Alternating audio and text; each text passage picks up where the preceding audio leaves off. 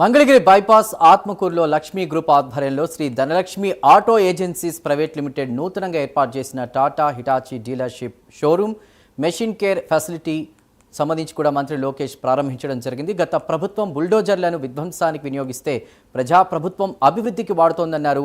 బుల్డోజర్లతో విధ్వంసమే కాదు మంచి పనులు కూడా చేయొచ్చని చూపించే ప్రభుత్వం ఇది అని వెల్లడించారు. ఇక ప్రభుత్వంలో మంగళగిరి నియోజకవర్గం పని అంటే కాదనే వారు లేరన్నారు మంత్రి.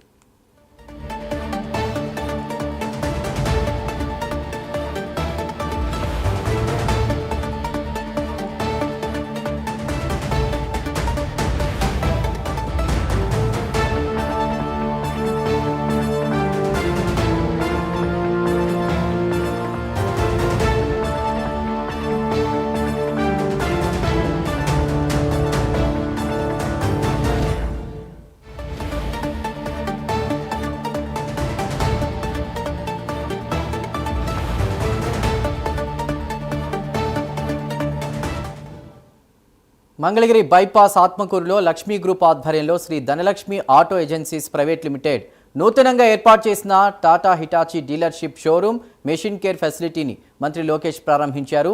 గత ప్రభుత్వం బుల్డోజర్లను విధ్వంసానికి వినియోగిస్తే ప్రజాప్రభుత్వం అభివృద్ధికి వాడుతోందన్నారు. బుల్డోజర్లతో విధ్వంసమే కాదు మంచి పనులు కూడా చేయొచ్చని చూపించే ప్రభుత్వం ఇది అని వెల్లడించారు.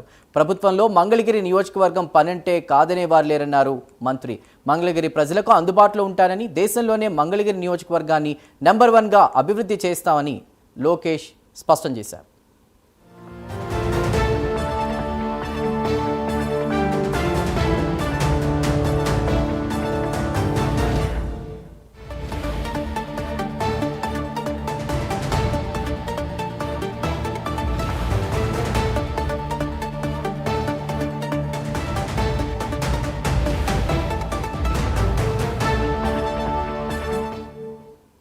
ఇక 2024 ఎన్నికల్లో మంగళగిరిలో పోటీ చేయొద్దని తన్ను చాలామంది కోరారని, అయినా ఇక్కడి నుంచే పోటీ చేసి గెలుస్తానని చెప్పానని లోకేష్ గుర్తు చేసుకున్నారు. 53,000 ఓట్ల మెజార్టీతో గెలిపించాలని ఆనాడు కోరానని, తనను ఏకంగా 91,000 ఓట్ల మెజార్టీతో గెలిపించి శాసనసభకు పంపించారని అన్నారు.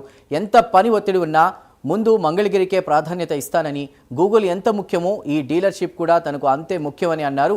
ఇక మంగళగిరిలో యుద్ధ ప్రాతిపదికన అభివృద్ధి పనులు చేస్తున్నామని లోకేష్ తెలిపారు.